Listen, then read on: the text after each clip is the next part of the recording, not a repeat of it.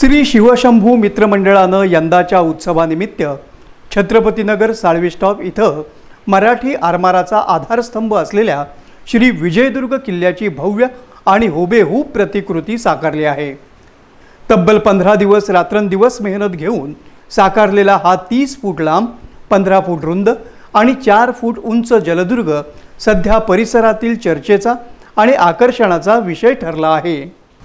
मंडळातील शौर्य मांजरेकर, अथर्व शिंदे, आर्यन चव्हाण, रुची मुडे, आदेश शेलार, तनिष रेडीस, अनिल बावडेकर, श्री योग चव्हाण, अखिलेश बांबडे, वैभव पांचाळ, अजय रेडीस, गौरव सावंत, निखिल सावंत, प्रसाद सावंत, अभिजित गिरकर, नेहा सावंत, ऋषी दुधाने, अंशिका शिंदे, शिवांगी चव्हाण, आकांक्षा चव्हाण, वेदिका चव्हाण, श्रेयस झगडे, शुभम मावडी, वेदांत सावंत आणि इतर सदस्यांनी एकत्र येत हा ऐतिहासिक ठेवा उभा केला आहे। हा किल्ला त्रिपुरी पौर्णिमेपर्यंत दररोज सायंकाळी 6 ते रात्री 11 वाजेपर्यंत पाहण्यासाठी खुला राहणार आहे। या ऐतिहासिक प्रतिकृतीला पाहण्यासाठी नागरिकांनी गर्दी केली आहे।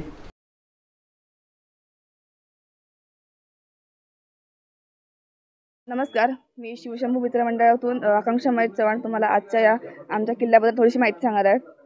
तसंच हा किल्ला जो आहे आम्ही गेले 21 वर्षापासून बनवतोय आणि हा किल्ला बनवायला आम्हाला जवळजवळ 15-20 दिवस लागले आणि एक 10-15 जण होतो किल्ला बनवायला। आणि आम्ही दरवर्षी ठरवतो की 2 वर्ष गड हा असतो जमिनीवरचा असतो आणि 1 वर्ष पाण्यातला किल्ला करतो।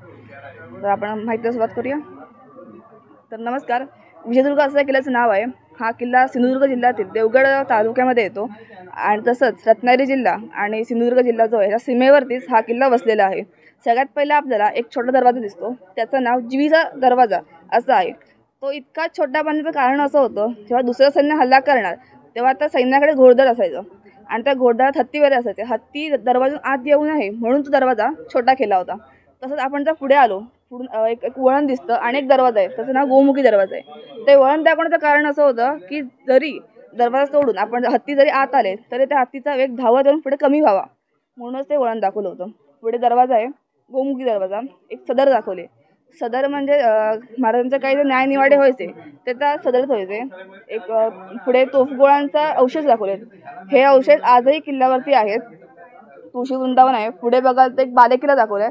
बालेकिल्ल्यावरती आपल्याला छोटे मंदिर आहे आणि एक हौद आहे। त्या हौदामध्ये वर्षाचे 12 महिने पाणीच असते, कारण का किल्ला बांधायला जो काही दगड लागला तो दगड त्या हौदातनं काढला होता। त्या हौदात फक्त पावसाळ्यातनं पाणी असतं। त्या हौदाच्या पुढेच अजून एक छोटा हौद आहे आणि खालच्या बाजूला एक विहीर आहे। त्या विहिरीमध्ये आणि त्या हौदामध्ये वर्षाचे 12 महिने पिण्यायोग्य पाणी म्हणजे गोडे पाणी असते। पुढे बघाल तर एक जखणीची तोफ दाखवली। ही तोफ जी आहे ते किल्ल्यावरची सगळ्यात मोठी तोफ म्हणून सांगतात। मागे जखणीचं मंदिर आहे आणि एक धान्य कोठार आहे। धान्य कोठार म्हणजे किल्ल्यावरती जे काही धान्य असायचं ते त्या कोठारामध्ये साठवलं जातं। तसंच ह्या किल्ल्याचे जे काही बुरुज आहेत म्हणजे 27 बुरुज आहेत, त्या 27 बुरुजांना आपल्या महाराजांनी मावळ्यांच्या आडनावाने नावं दिलेली आहेत। ह्या किल्ल्याचा इतिहास असा आहे की राजा भोज जे होते त्यांनी या किल्ल्याची निर्मिती केली।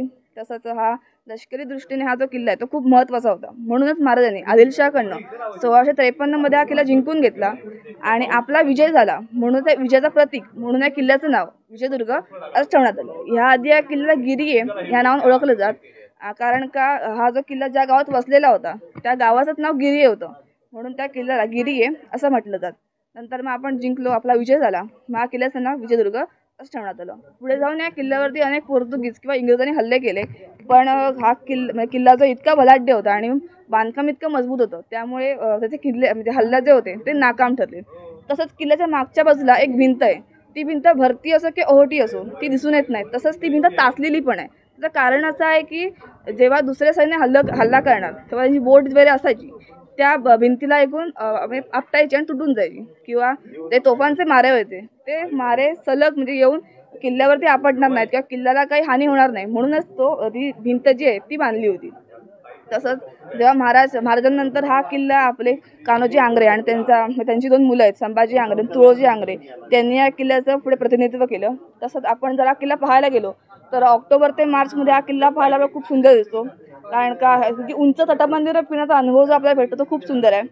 आणि असा काही किल्ल्याचा इतिहास आहे आणि माहिती अप्रतिम आहे, डोळ्याला खूप समाधान आहे आणि आपल्याला तिथे जाऊन आता आमच्यासारख्या वयाच्या माणसांना जमत नाही हे बघायला, ते समोर आम्हाला बघायला येतं, ह्याचं खूप समाधान आहे. आम्ही चौकशी केली, त्या कमीत कमी 15 ते 20 लोकांनी ह्याच्यावर प्रयत्न केलेले आहेत आणि त्या अनेक लोकांना माहिती देणारी एक ताई आहे, ती न कंटाळता सगळ्यांना माहिती देते. हे बऱ्याच जणांना माहिती नसतं, सगळ्यांना काही किल्ले बघणं शक्य नाही आहे, पण ती जी माहिती देते त्यामुळे माणसं सगळी समाधानाने इथून जातात. आमच्याही डोळ्याला खूप समाधान आहे. तुमच्या सगळ्या ग्रुपला आमचे अनंत अनंत आशीर्वाद.